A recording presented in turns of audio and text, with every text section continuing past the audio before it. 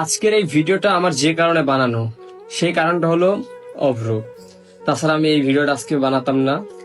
আপনারা সবাই জানেন যে আমি অভ্রর সাথে ভিডিও করতাম বা অনেক ভালো সম্পর্ক ছিল তার সাথে আমার।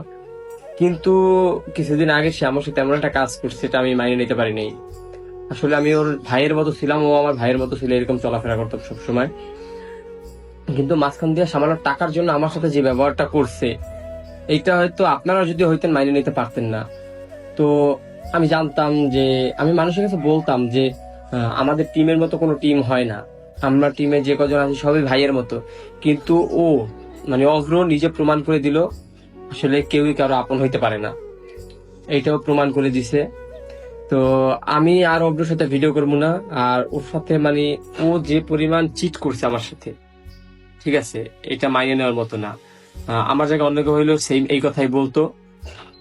তো ওর সাথে আমার কোনো সম্পর্ক নাই, আর কখনো সম্পর্ক ঠিকও হবে না। তো আপনাকেও যত ভুল ধারণা ছিল যে ওর সাথে আমার ভালো সম্পর্ক আছে, সেটা আমি করে দিলাম যে ওর সাথে আমার কোনো ভালো সম্পর্ক নাই, এবং সম্পর্ক সব শেষ করে দিছি। এইটাই এইটাই সবাই মানে মনে রাখেন, ওর সাথে আমার কোনো সম্পর্ক নাই।